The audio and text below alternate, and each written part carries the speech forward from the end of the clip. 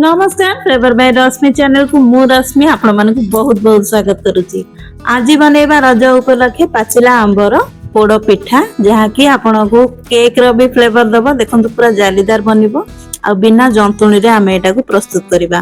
तो सेति पई मु एठी गोटे रु 1.5 गिना नै जाईची अरुआ चाउल ताकू 4 रु 6 घंटा हला बतुरै की रखिथिली। ताकू प्रथमे धोई दाई देकी गोटे ग्राइंडर जार को ट्रांसफर करनबा।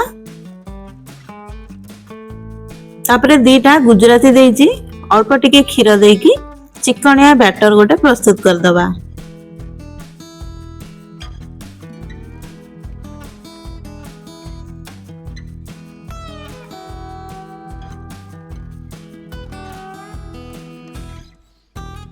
तापरे आउ गोटे बैच जेते बेले मु बाटिया को गली एतरा अल्प टिके नडिया मो पाखरे थिला कोरा नडिया ताकू देकी आउ टिके क्षीर देकी भलरे चिकन करके बाटी नहीं आई बेसी मोटा करवानी कि बेसी पतला भी करवानी।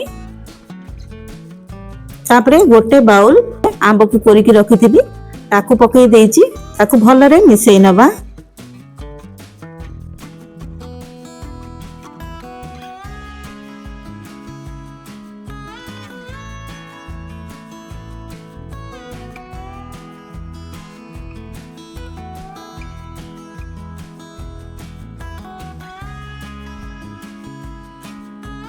एठी मु बेकिंग पाउडर नेची आपण आ संगे बेकिंग सोडा भी नै परिबे। मु आको भलरे गोळै नेची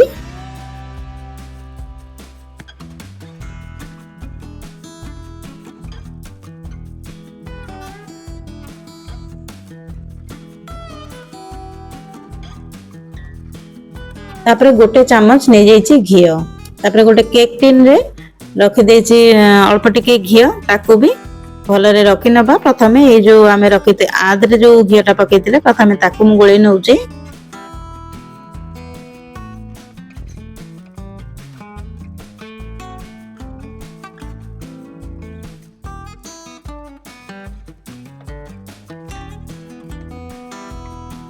ए पिठाटी को आपण डायरेक्ट कड़े रे भी कर परिबे।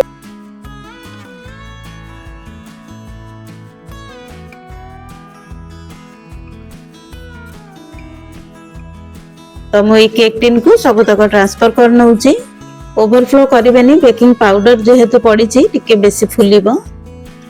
तापरे पकई देची किछिटा ड्राई फ्रूट्स नडिया भी काटिकी रखिची ताकू भी पकई दउची।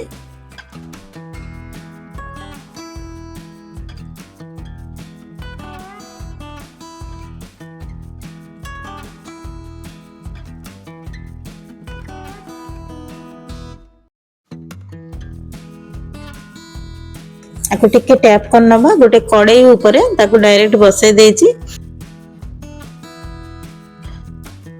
देखंतु घंटाए परे ये पूरा हेई जाइथिबो हमरो पोड़ पिठा।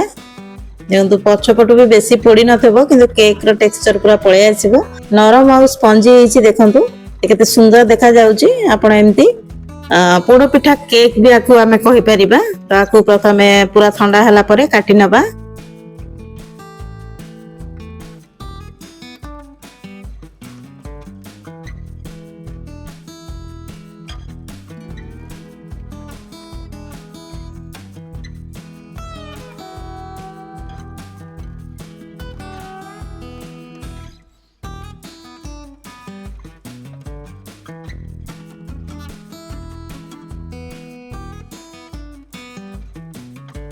देखंतु केते जाली आसीची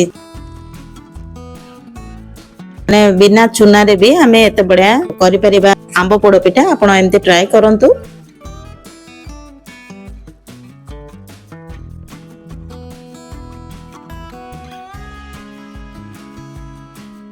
आज पई एते की पुणी थरे देखा हबो नेक्स्ट वीडियो रे। सेति पर्यंत बाय बाय हैप्पी रज।